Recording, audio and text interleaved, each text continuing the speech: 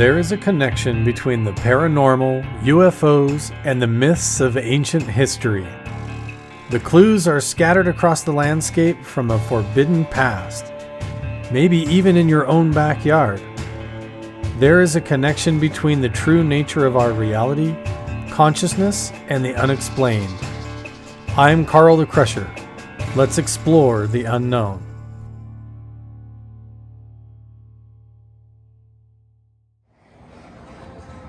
Holy smokes, look at this place now. Look who it is. It's Chris Lito over there. Oh, look, he's hiding. He's getting ready to launch a balloon up into space with a bunch of cool scientific equipment in here, but it's starting to shape up in here. Look at it. I have never seen this many balloon time helium balloon tanks all in one place. This is where they're gonna actually launch the scientific gear up into the sky. Here it is, officially inflating the weather balloon. This is amazing. 16 of those canisters and then drive it up in his pickup truck. So it's 6,000 liters. It should take around that much to fill that balloon, right? Until it's full. Cool. And then can we look at the payload? Can we see what's inside, or the payload's inside the inside right now? Okay. So Jim's gonna grab that in a little bit. So maybe when he does that, you guys can go check it out together. Okay. Cool. Awesome. All right. We'll leave you to your business here. We'll be back.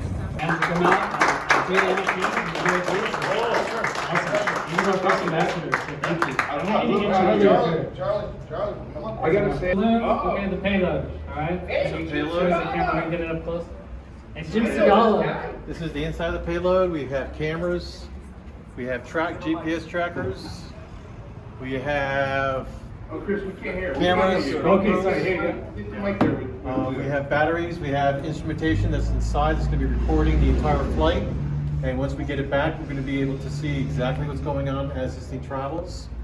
We have all these stickers on it. So if somebody does find it, hopefully they call us up. Right. You can show them that. Yep. So we've got some equipment we've got equipment in here that we've had for about 3 years that we've used in the basin. We've never had it up in the air. This is the first time we'll be actually flying. But right now it's recording data and it's going to send it back to us. And it's designed to pick up anomalies, basically. Which is our collection size. You can sell it for 0.1 ether. And we'll be able to raise over $1 million just for science initiatives. Yep. So, and that's just the initial cost, right? Because they just have no clue really how much this is going to change. I think Paul Hynek, son of J. Alan Hynek, Project because right now you think about it, Jim Segala, really, you're still Michelle still Miner, passing paperwork. Jessica's here. Still need a person on the other end to read it. Hey, how's it going, Paul? Good. Balloon We have support team. PDF reading. What's that? technology, Balloon but it's not- support. it's not very Yeah, you are. You still need humans. That's why it's such a pain. It's gonna go up here in a Everyone in second. the world pitches stuff. There's all the data right there. This has the way just do it. Okay, so let's get back to the initial funding. Oh, it's just the big right here. I got it. Okay, please let go.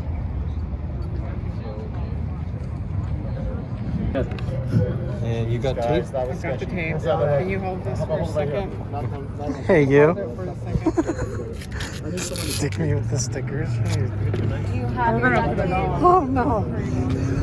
I got it. The string should be a little bit Oh. like that, you know, something that should my gloves in the way. Don't cover that. Perfect. Yeah. Okay. I don't know. Yeah, it could be one. Well played. Two systems, right? We want two just to have triangulation. We having fun yet? You have Twitter idea. You guys hold the balloon? Yeah, let's look outside. Let's go outside, see what's Some going people on. call this science, That's it right there. but for Jim Segala, this is just a Friday. So I'm putting this, Lexi, I'm putting this in. The time capsule. Start everything. We are go. Is Is this one filming yet? Or what? No, we need to film all of this. That's the one you do from the outside, and then we have one that you do from the inside. Oh, sorry. I have a really important job here. I squat down by the scientists and I film them launching the balloon. So I'm just like crouching down by the table here. All this really important stuff is going on. All the equipment is inside this box right here. They're stuffing it in as I speak, getting ready to launch it up into space right now. 7, 6, 5, 4, 3, 2, 1.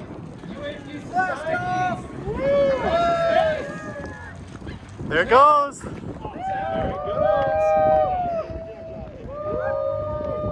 It's working. Holy smokes. That is cool. It's going way up there. Wow. It's going way fast. That's very cool. There's a new sheriff in town. Look at it. Look at that. Is that freaking wild? Is that cool or what? It hit us straight. Jim. Oh, I'm Congrats. sorry. High five. I'm filming you. I thought you were yelling High at me five. for swearing. No. I'm catching the moment. Chris, congrats. So awesome. The simulation's supposed to go that way and then go back. Look at it. Denver. How far is Denver from you? Look at this. It's way up there. You can still see it. Welcome. Where are you from?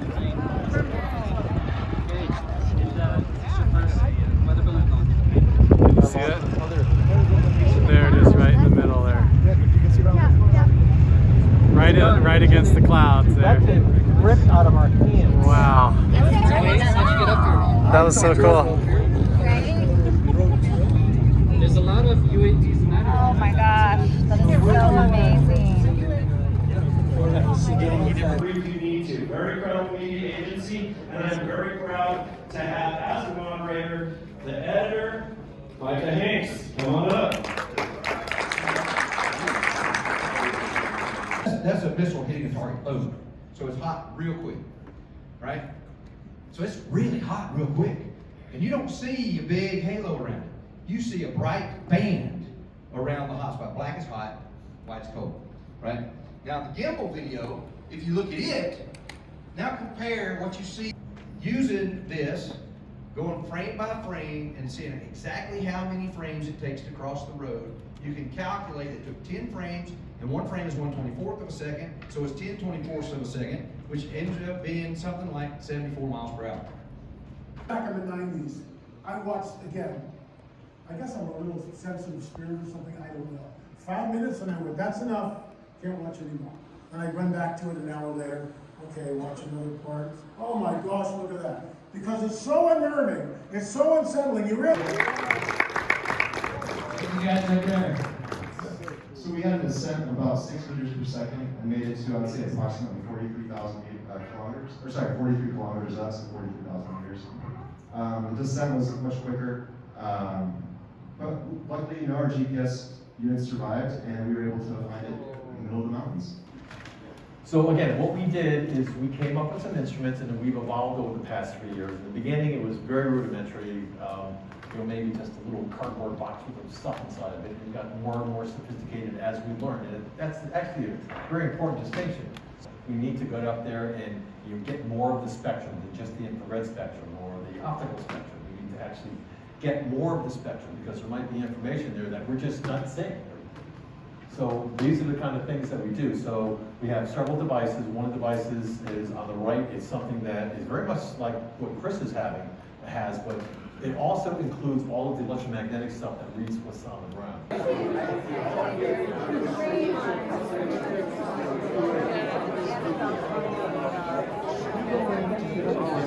Yes. Mound TV. Yeah. And the Roosevelt area. Do you like it? They always write what you see here. Pick it up and detectors know where to look for it. Well, they wrote.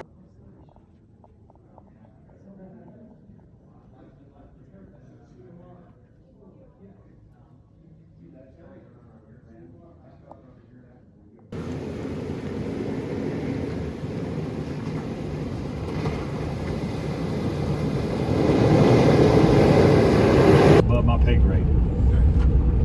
This slope right here in the last season, they were looking for a dry entrance to the cavern, and so a lot of the footage they got was from drone or from Chad's airplane.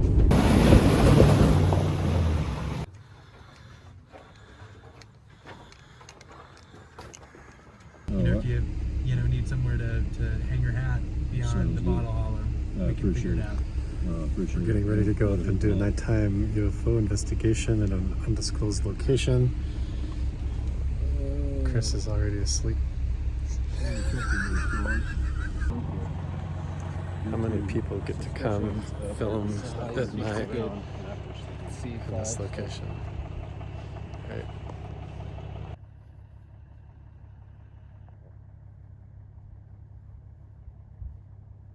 Yeah, look at the way the light ripples off the rocks. Wow.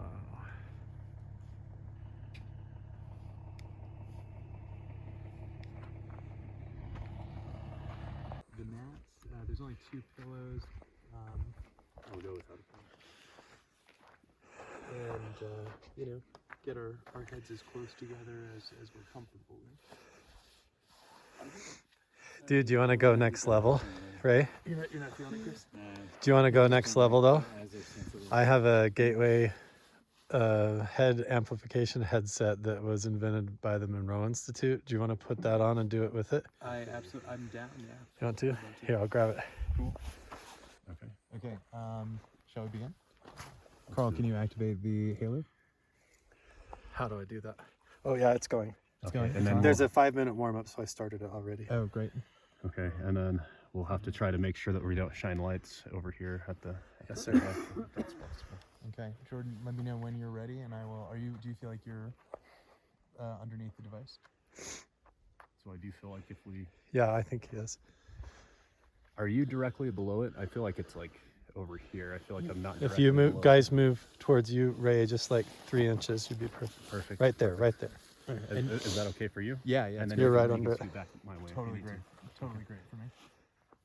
Okay, so Jordan, let me know when you're. What are these bright lights that are in my eye right now? I'm just getting light. Okay, it's this right here. The ball?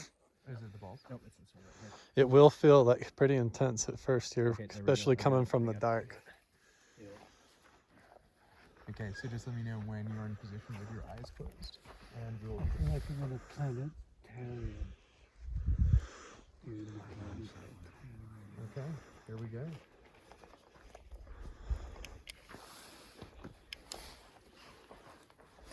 Let's come over here a little bit.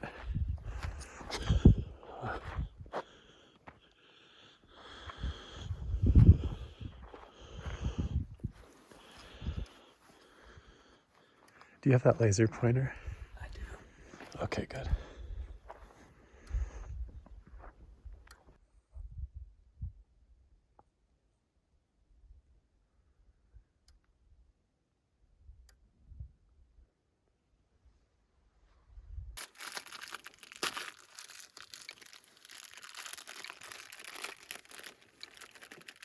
Do you want to take this? What is this? This is a nuclear radiation detector. Sure. So what do we got going on? It is not finding the light's Wi-Fi hotspot, which is how the phone interfaces with it. It keeps finding it, and then it disappears. So I'm gonna turn my Wi-Fi off. Describe what you mean by disappears. Like it disappears from the menu? Yeah, from Out available. like out of the database? Yeah, so my phone right now is scanning for Wi-Fi networks just like you would at your home or at a coffee shop.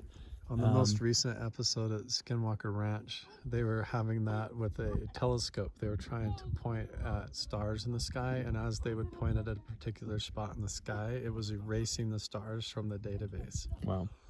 And now we're trying to do a meditation, and you're trying to connect to the meditation system, and the connection is like you clicking out and disappearing from the database the same way. As we've been filming, it has not repopulated, but it has populated twice and then disappeared without connecting. Right. We've had just lots of equipment issues and connectivity issues the whole night.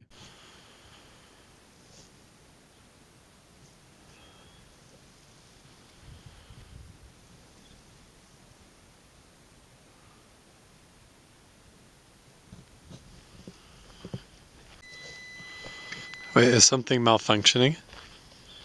Yeah, so it lost power. Really? So we just had a total power drain? Or is it? I haven't checked the battery yet, but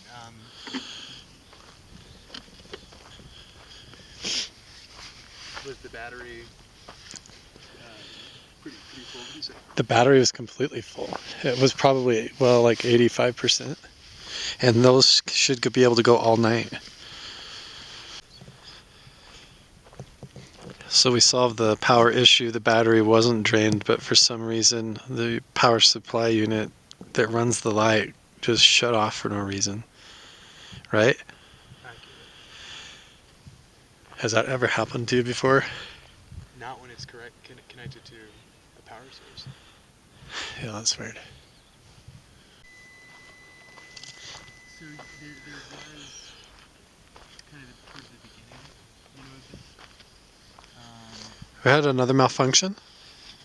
What's that? It didn't seem like it was working properly. That's what I was thinking too. I mean, like, because every time that I use it, it sat there and blinked rapidly, to where this one, the lights were just on, and they were just kind of fading in and out a little bit. That's so weird. That's my phone, or my camera. Gary's truck alarm just started going off randomly, and it won't go off, turn off. Can you just open the door and turn your key on and shut it off? Yeah, the remote's not opening the door. Okay, turn your remote to your keys died. Yeah, turn your truck on and there you go. Holy shit. What the hell, Gary? What was that all about? I've had it happen at Bottle Hollow twice. Really? And now here. What? This is unreal. Come on down.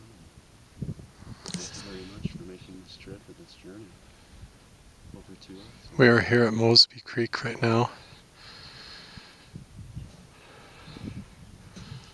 Go ahead and come on down if you will, please. Hey, Chris. Go get Chris. We're here in friendship and love, man. We're friends. Thank you for coming here. So much gratitude. This is a total orb. Look at this thing flying over. It's beautiful. We are blessed by your presence.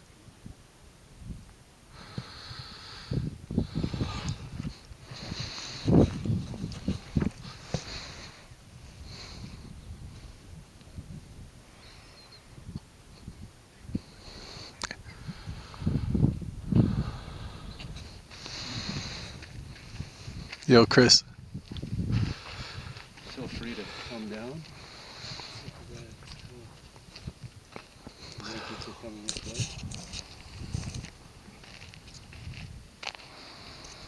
We hope to move this planet into a period of light and light. If you could, blink 3 times for us. Yes, we would love to see you make a maneuver or blink for us.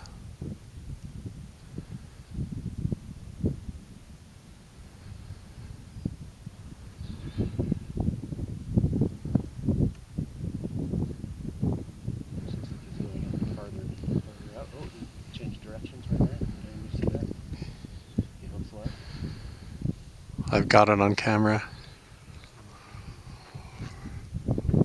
It's getting faint.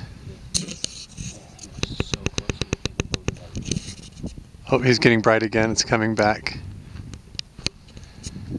Now it's going away.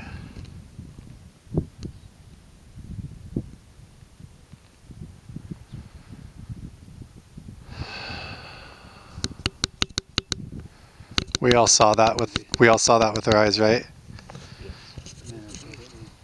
And now we're at McConkey Ranch to go check out the iconic petroglyphs and pictographs all over here that show giant, weird anthropomorphic features with horns, extra toes and feet, and some of them are even carrying severed heads. So I'm going to be kind of a tour guide today, showing a whole crew all this cool stuff. Let's check it out. Well, it has to go back to the dinosaur era then. This has got to go back to some dinosaur era, because you're right. Yes, look, here's back legs, big hind legs going up to a body up here. Explain. Short front legs going up to the head. This looks like a dinosaur. This is a dinosaur head. That looks like almost like that looks like a T-Rex face. Yeah, totally. almost like a T-Rex or a velociraptor with stripes on the neck, short front arms. 6 toes. There's the short front arms, and then the body comes down, and there's these big back legs. What are those dragons? Komodo dragons. Yeah. Kind of. I mean, you're right. But it kind of has that same. And that's how long the body is. Though? Over top of this shamanic figure with the portal and the eyes and the head. See, I thought this was just like a small animal here, but these are the front short stubby arms of a giant like dragon creature. No, and I see That the thick, is I see unreal. the thick neck now going to the head. Look, you can see the open lips on the front of the mouth and the eye carved in. It looks like a T-Rex head right there on camera. I've got it right close. Liz, you can see it perfectly. No, I do. We're starting to get some really cool ones. You know, this little guy with the legs. You have faint ones, circles. He's got a necklace. Is that the head? Is that the little people? Some of them, yeah. They start to see some of those. Circles over here. It's like a ladybug or something, I don't know. I know, right? That's cute, right? With the little boing on the top. Yeah. There's a little guy right here too. You look on the phone, you can really see his face. Yeah. Here's his eyes and his little mouth, and it's like he's got an antenna coming up. Burp. Right? They're cute. There's another one here. Yeah. See the shadow. It's cool. It's like the same angle, right? It's that Yes. same weird angle. Because those look like ankles. Yeah, really hefty leg and buttocks. Yeah. Is this like the Skinwalker legend, like half man, half beast thing? Because that looks like, yeah, legs and hips. We saw the dinosaur looking thing before, and then the torso goes up. I can't make out any head though up there. The head looks like it's right there. Yeah. Like the neck is that kind of lighter area. Yeah. Just with the dots above it. And then the dots above it. Let's see. Boy, that's hard to It almost feels like this is the head over here. It's the body all cut to bits. Right? Yeah. That's the legs, his body, and the head. This is a dismembered body. You guys, am I crazy right now? And I might be. But right above Chris, a circular with a head. Yeah, it's a body laying down sideways. Did you see that before? Yeah, I haven't noticed that before. No, you're right. But you see, this is the head laying sideways. This is like the two eyes in the mouth, and then it's like, and this is the body. This is like, wow, that's so bizarre. That's the branch coming in at the big right there. Look at that. Oh, I know. And you see, this is like you see this line coming up, and then the window, and then this little dude, and he's got the V coming down in the face. So his head, see, it's neither square or round. It lacks all the features of what would be considered a human figure with no arms. And so we start to get into what would be considered like a supernatural being of some kind, the way that they would depict it like that. And you have, it's almost like something coming through, like a portal, you know, right? Yep. Coming across this kind of stuff from all the way here, all the way into Arizona, down into Utah, Nevada, and everything. And then I get people clear over in Iraq sending me pictures and all over the world, and you have to wonder, like, what was going on that we're not being told. Have you found any quite like this? Some, as prominent, as big? No, not like this, no. Similar, but no. Breastplates? These are the biggest, craziest ones ever. Oh look, that same symbol that we see over there, he's holding one in his hand there, that curve with the things. Right, right. The sun. It's like the power of the sun or something. Yeah, right. Like he carries it on his chest. Like the sun god. Yeah, he carries it on his chest and in his hand. And then the legs are always so weirdly short with giant feet and stuff. Yeah. You know what I mean? Yeah, exactly. Because at one time there was knees, every other time. Yeah, you've got the feet turned out. He's wearing like an apron, the same necklace, holding the weapon or the energy. See, they're always holding on to these tubes or spears. And then he's got like 4 earrings and like 1, 2, 3, 4, almost like 6 eyes and weird. And the horns are not like a headdress, but part of the head all the way down to the jaw. It's like an extension. Yeah, and right next to him over here is like his weird little buddy, and over here, and severed head. That's definitely a severed head. Severed head, giant feet here, and then these are like, yeah, brothers. These all guys come from the same clan and wiped the village out, you know? You guys remember Grimace? Look at this staff that goes up and forks almost like a pipe wrench, you know? Tribal dress. They all belong to the same Sun clan or whatever, like you were saying, you know? Yeah, like a machete. Yes. In his hand. Yeah. And that's where the head.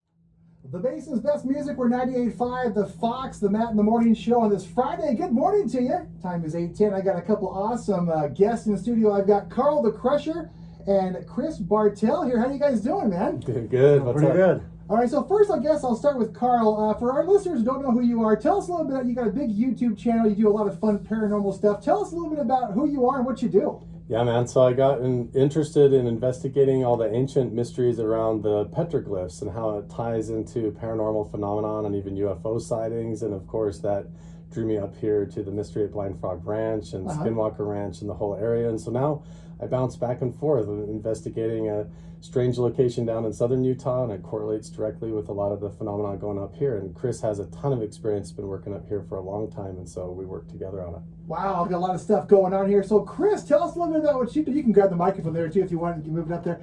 Tell us what you've done. You've had a lot of great experiences where you've been too.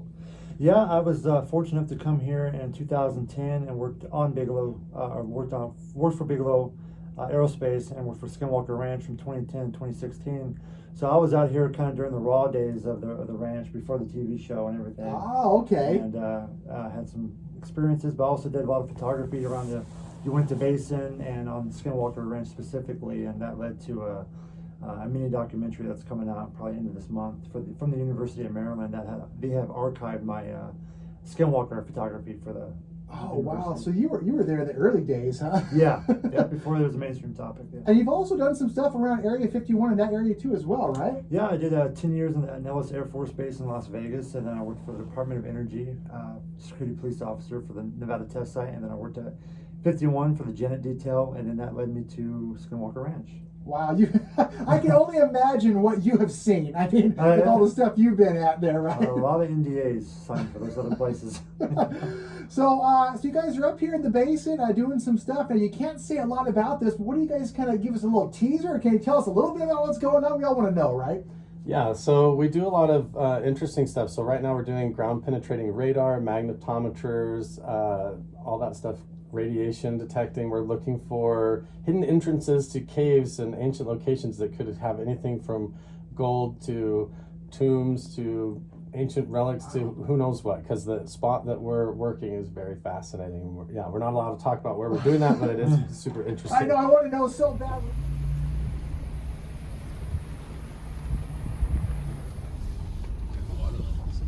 Yeah, it's nice out today.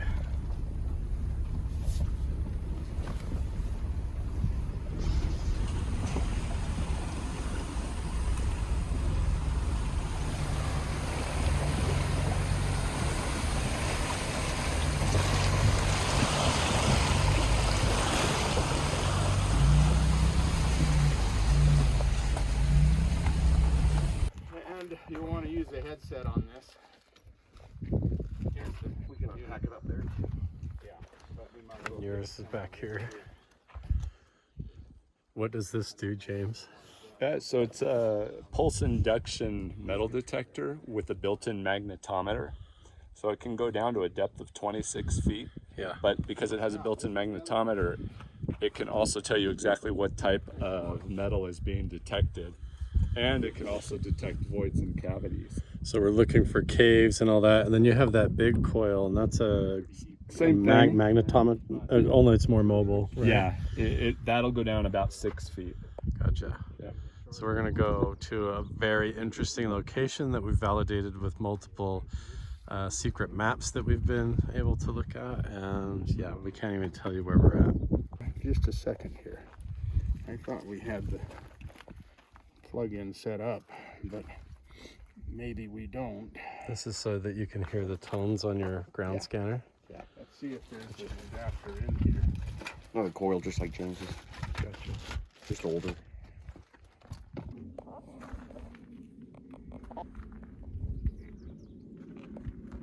Chris, so you had a fresh charged camera battery. As soon as you started when we got here, your battery was dead, right? Battery's dead. I just charged it. Their rechargeable ground penetrating radar scanner they charged overnight is already dead. Just trying to turn it on. So last time I was here, same thing with all my gear. Just leave that for now.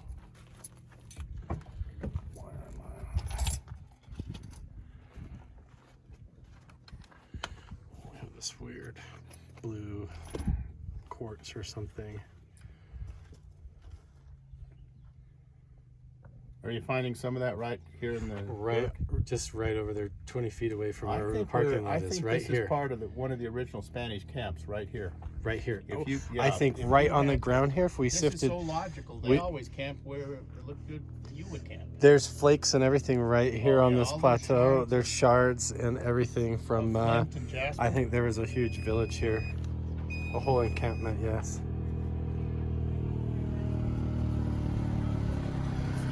Well, if you see.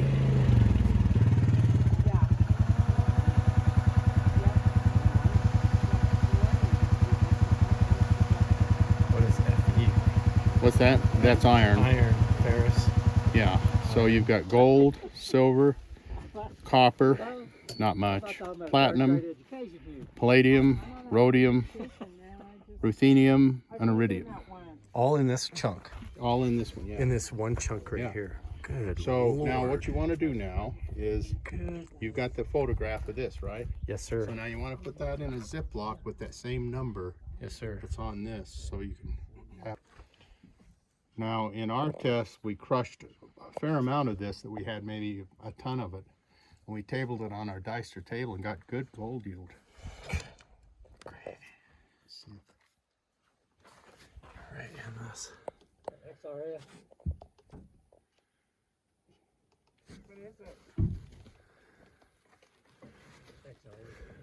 Are they registered? Yeah, the edge of this here. This stuff is just loaded with. I see it's fairly similar. Here's your next one. So this one here. Yeah. You can take one then the other if you want. Chris, what did you find?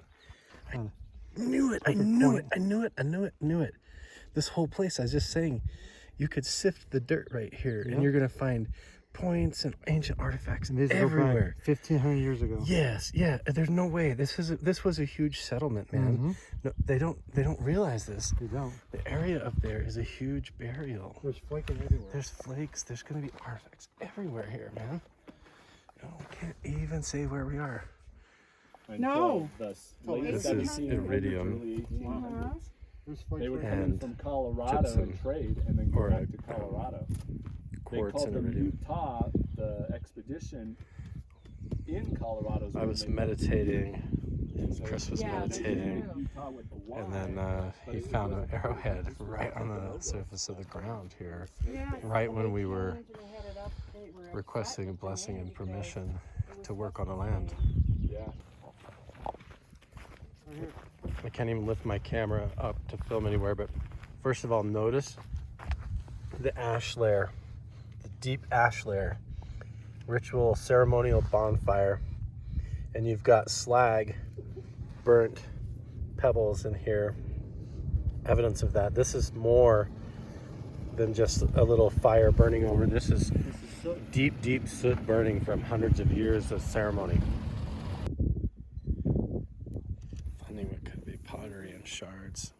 Chris already found a straight up arrowhead. I mean, just a bunch of this stuff. Could easily be trade beads, but I did some research. Well, I know the Venetians were experts in trade beads. Well, and so were the Spanish because they could trade beads for gold. Yeah. You know? Oh, that's beautiful. Isn't that gorgeous? Those are beautiful. They're like just appearing. They're so tiny, and a little red one in the middle. Yeah. Look at That's supposed to have a lot of like metal properties in it with the gold in it. There's one. Look, there's one right there. I know, the white one. Go ahead. Look at that. Well, I found a ring. What? Pick that up right there. You just found a ring right now? No, I found it. Oh, up there? Yeah, cheap plated. No, I don't think so. Yeah, it's plated. Just a second, let me see. It's got a marker. Oh, how pretty. Is it somebody's wedding ring? They got mad one night? Somebody lost it. Could be. Anyway, that should be, I know it's just plated, but it's gold over. Is that 925? It's gold. Is that a 925 ring? Well, this is silver underneath there. That's a gold it's a plating over 925. silver. Sterling. Blue says that's Look, a void. it's lowering, right? Watch this. Their cave originates over there. It's right here. This is the entrance is over here.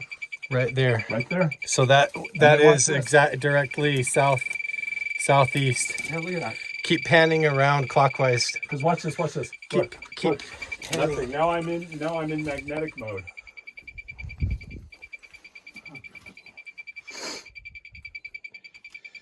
So go back to the other mode and then go in a full circle.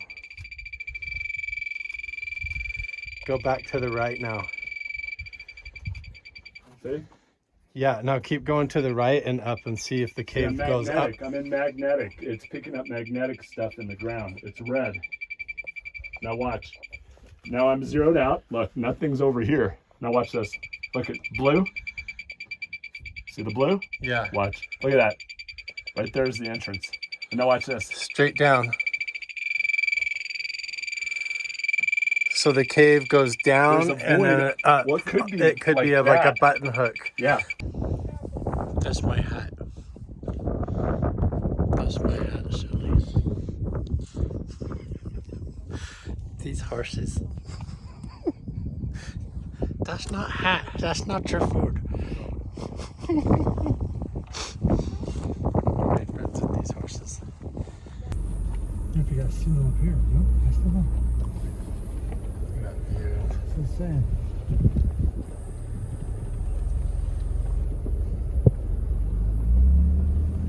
Driving on a ridge here. It's pretty narrow. Yeah. It's very narrow.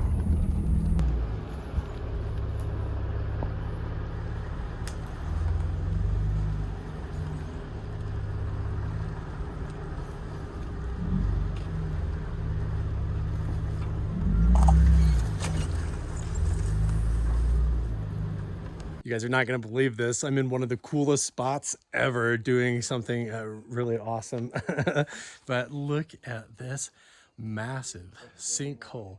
There is tens of thousands of gallons of water that runs down the mountains of the Uinta Basin here and goes right down this hole like a huge swirl, whoa, like a vortex. And the legends, the oral tradition about this place is that the Native Americans said that these were ancient mines and passageways for giants to come and go. So we're actually here checking it out with Chris Bartel and a whole bunch of cool people. What's up, Chris? So it's pretty amazing. Look at that. It just like goes down, and notice it's like, it looks like a huge triangle, but it's not. See, when I come over here, watch your step. See that patch of snow? Could be like an 80-foot chasm that drops all the way down. Isn't that nuts? James was saying that when the conquistadors came up here, they tried to enslave the Native Americans, and they were like, you don't need to enslave us to mine for gold. There's already mines here. The giants made them. Right? And then they go down in these big holes in the ground in the middle of nowhere. So that's pretty crazy. But we're up here checking it all out, looking for other potential cave entrances, all kinds of cool stuff. This place is so cool. I'm at so many places working on so many projects that I'm not allowed to talk about. Look at this place. This whole area is a massive sinkhole that is tied to the ancient mines. I have to whisper up here because they're working on a project over there. But, oh look, I got a little companion dog. But this whole area is a whole sinkhole that could go down into a giant chasm. In fact, they know it goes down for miles and miles and miles down into an underground cave system. In the oral tradition is that giant people, red-haired giants, were going in and out of these caves and using them for mines, and they were enslaving the local people in order to do that. And there could be clues with the petroglyphs and everything around in the area that indicate that. It's really fascinating. Well, you gotta really be careful where you step. I mean, you really don't know how far down any of these go. Like, look at that. Whoa. They look like cute little hobbit holes all over in the ground everywhere, but trust me, they're not. They lead to this giant swirling vortex of a sinkhole. And this goes for miles and miles down into the earth. In fact, that's a mine and that's a cave system. This cave system goes down hundreds of miles under the mountains. This mine goes clear back into the mountains too. It's crazy. It all happened right here. You can hear the wind blowing through the trees. And when you go down there, it's really cold. You feel blasts of cold air. It's really weird. We're at location like number 5 today. Undisclosed location number 5. Hiking more and more deeper into the woods. And now we're going to a big mine shaft. You can tell these are all the tailings from the mine shaft, which is different than the sinkhole, different than the ancient giant mine shaft. This is an actual mine shaft.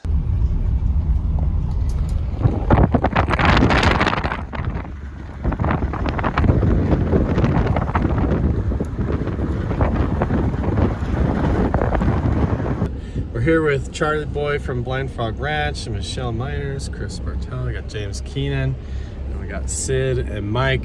Where are we going, James?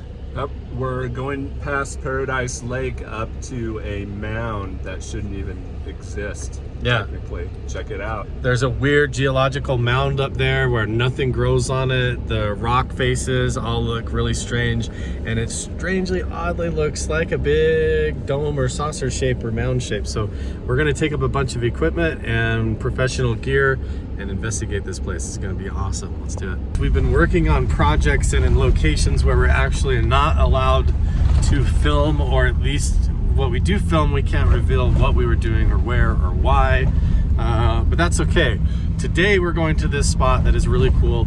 The history of this location is so fascinating, and the team that we're taking up here, I don't think, James, do you think anybody has ever actually gone and researched this spot before? No, and if they have, they haven't let the public know about it. Yeah. The mystery that and the intrigue around this spot goes way back. It has to do with it having to do with the in-between, or another dimensional place in reality. We'll see. We're gonna go up there and check it out. You can see it lurking ominously through the tree line in the distance. It looks like a giant mothership on top of the mountain. Wow. Look at that. That's weird. It looks volcanic. First impressions are it's volcanic to me. Wow. Yeah, if we find a dirt road up here to go off to the right, that's a lot farther away than we think. That's a long hike. That's a brand new battery pack. They come out of the truck and it's dead. This has been happening the whole trip, right? I charged all my stuff last night. I have 8 batteries. Yeah. And one's already dead. Are you really? I'm serious. Yeah, we get to these locations. Yeah. I have 4 right here just in case. But I'm like, these are like 8-hour batteries a piece. Well, where we're going is full of all kind of mystery and weird energy to it. Not many people have explored it, so we'll find out, right? Right? Right. So right through there is the big weird mountain or bulge that we're gonna go try to hike up to or to the top of, but it's like 3/4 of a mile of scrambling over big ankle snapping boulders. So we're gonna do our best. I'm packing a bunch of water and granola bars and stuff like that, but we'll see what we find. Supposedly there is some monolithic spires on the top and interesting things. So I brought a radiation detector, a tri-field meter, and probably, I don't know, maybe 20 pounds worth of water and calories in my backpack. So yeah, I'm gonna kind of billy goat up the hill today. Woo-wee! This is gonna be brutal.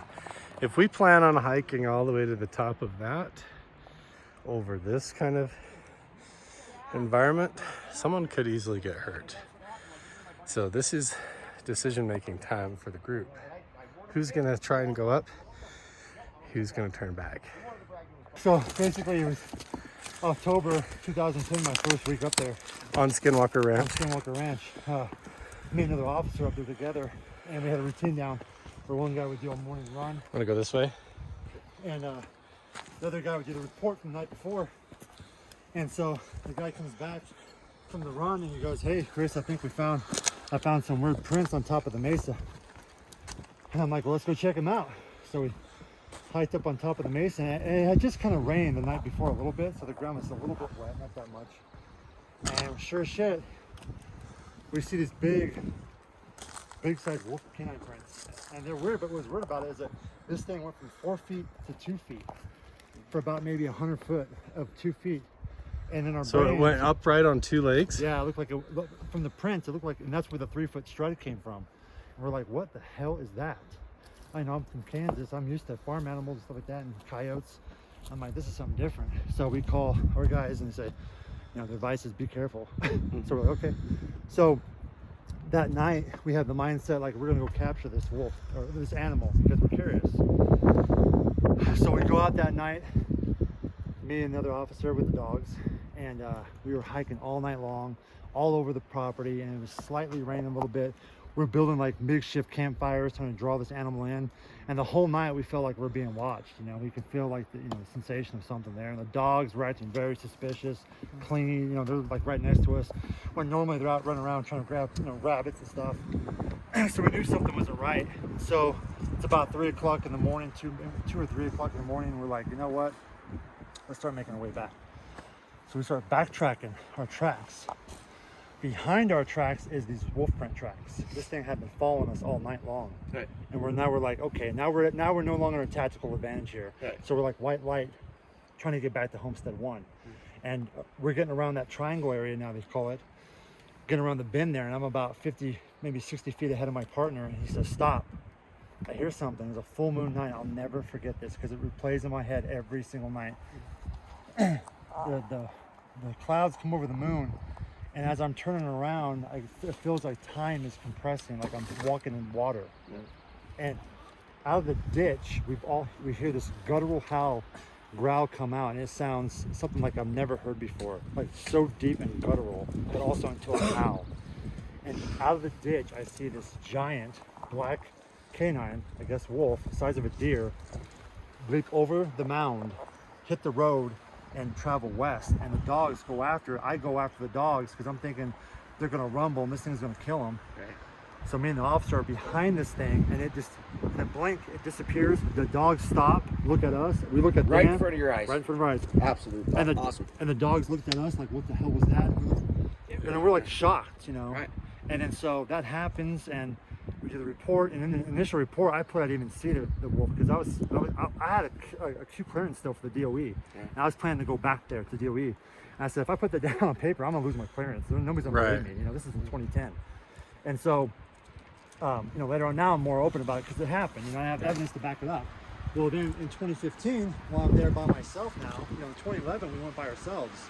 In 2015, I'm sitting in a lawn chair, and I'm by myself with the dogs, and out of nowhere, I hear that guttural howl growl behind me, and I come out of the chair, gun out, and it was there for a second, and then like letting me know like, hey, I'm still here. Yeah, right here behind you, bud. Yeah, it was right? weird, Yeah. man. And It they're was all very strange. interdimensional. Yep, exactly. Very And strange. I saw them too. That's weird.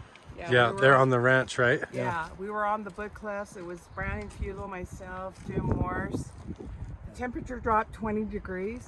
That's the other thing it does. Yeah, it did. Yeah, it drops, and then there was a light over here, and it kept flashing every 10 seconds. It looked like a harbor light. Yeah. Then all of a sudden, you heard the res dogs along the way All start barking. Start barking, came down. The mist came down, and there was a dire wolf. It was talking to me and said, "I'm going to hurt somebody," because it was Like telepathically? telepathically, yeah, and it was Wow. going to hurt somebody. And I said, "No, you're not. I'm Skiddy Indian. I'm Wolf Clan. You will not hurt any of these people." Yeah. And it was talking back amazing. and forth. Yeah, something's there. I'm Yeah, telling you. it is. And then over the years, I felt connected to the property. Like I almost felt like I was protected by something else there. Yes. Like something was protecting. Native. Yeah. Native presence. And that's how I found all those artifacts, was through that Yeah. connection. Yeah. So Chris crazy. and I know. We are way up on this mountain now. The boulders are starting to change shape. It's clearing out, the vegetation is starting to thin, and we're getting big piles we're climbing over. But we have a storm rolling in, almost like something is trying to prevent us from scaling this mountain. I was just looking at these game trails all converge right here, and right as we walk up where they are here, like another battery died. Second battery died. That's so weird. In less than, what, 45 minutes? They're supposed to last all day. 8 hours, yeah. And you're not filming, you're just taking I'm just still taking photos. still photos. And then it's just draining. Yeah. Well, I have a solar charger, but yeah, we're getting up here in elevation. We got to keep an eye on this storm over here. I wonder what the drone's gonna do. Another one? We only made it like 100 yards up the hill, and you have a third battery die. I'm down to 2 batteries. That's insane. I've never had that happen. This is weird. Okay, my phone's doing all right. This battery's at 100% right now. The one you're putting in now? 100%. So I'm gonna keep monitoring and see what the hell. That's weird. That is weird.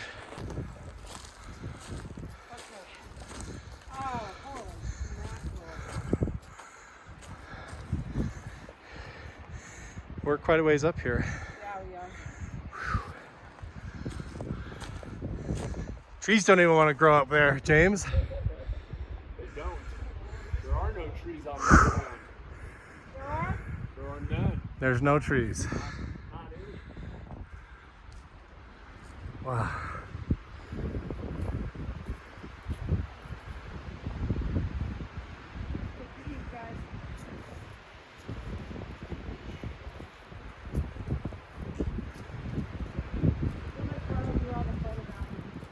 So we're just over 10,000 feet in elevation. 10,820 feet. Everybody's coming back down the mountain, and I'm guessing they saw what I saw, which is these dark clouds rolling in. Oh yeah, 10,847 feet elevation, it says right there on the phone. So yeah, there's a storm rolling in. It's pretty exposed up here, especially if there's lightning or snow. We're gonna get out of here. It's like something doesn't want us up here. Plus, Charlie just used his compass and it was telling us the wrong direction north. So we got weird, anomalous directions, easy to get lost up here. So something strange in the neighborhood, guys. So we're gonna head back down. Plus, we need to go down and find Sid. He stopped to take a rest. So last thing we want is to get separated up on the mountain in a storm and get all spread apart. So we're gonna head back down now.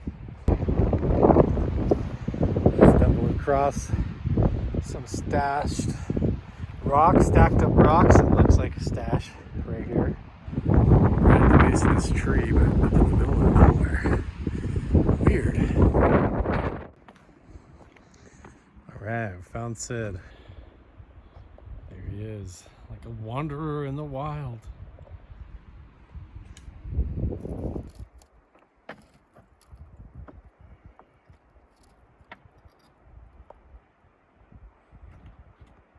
Sid here, he has grown up here his whole life. He's worked in the mines and crawled around underground up here in the mountains of the Uinta Basin. Hey, there's Chris whistling to us. Chris Bartell, he worked at Nellis Air Force Base and also around Area 51, and then he was head of security at Skinwalker Ranch for several years, and now works together with me on many of these projects, going and exploring mysterious locations in the Uinta Basin and all over the state of Utah, Arizona, Nevada, New Mexico. Noticing all these deer or elk tracks running through here, and then there's this pond. I bet if we sat here long enough, quiet enough, we would see all kinds of animals come up here to get a drink. So like, we got stormed out and came back down, but Mike made it. Your name's Mike, right? Yeah. Yeah, you made it all the way to the top. Oh wow, yeah. There is like a whole spire. You see the Spanish put that there? Yeah. As a site marker. Oh yeah, like a monument. Survey marker. Survey marker. See the pointer rock? Uh-huh. Oh yeah. All that stuff. And we had kind of a scare coming back down because we couldn't find Michelle, and she accidentally wandered down to the trees and onto the road there. If you look at that one, but we found her. It's got a window in it. Oh yeah. Like a line of sight.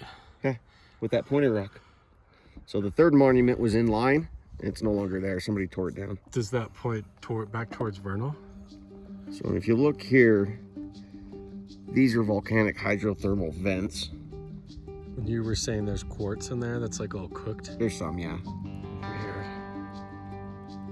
Volcanic vents. So that whole thing's like a dome. They're like maybe, yeah, that may have bulged up there. That's what I suspect. That's so fascinating.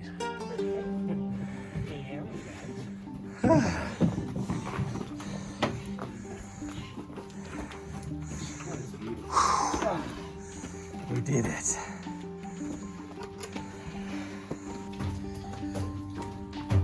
Yeah, hear that? It's hollow. That's what you were standing on. It's hollow. Listen to how far down that goes. You know, there is something. I gotta tell you, there is something that. Hear that? Yeah, here it's hollow.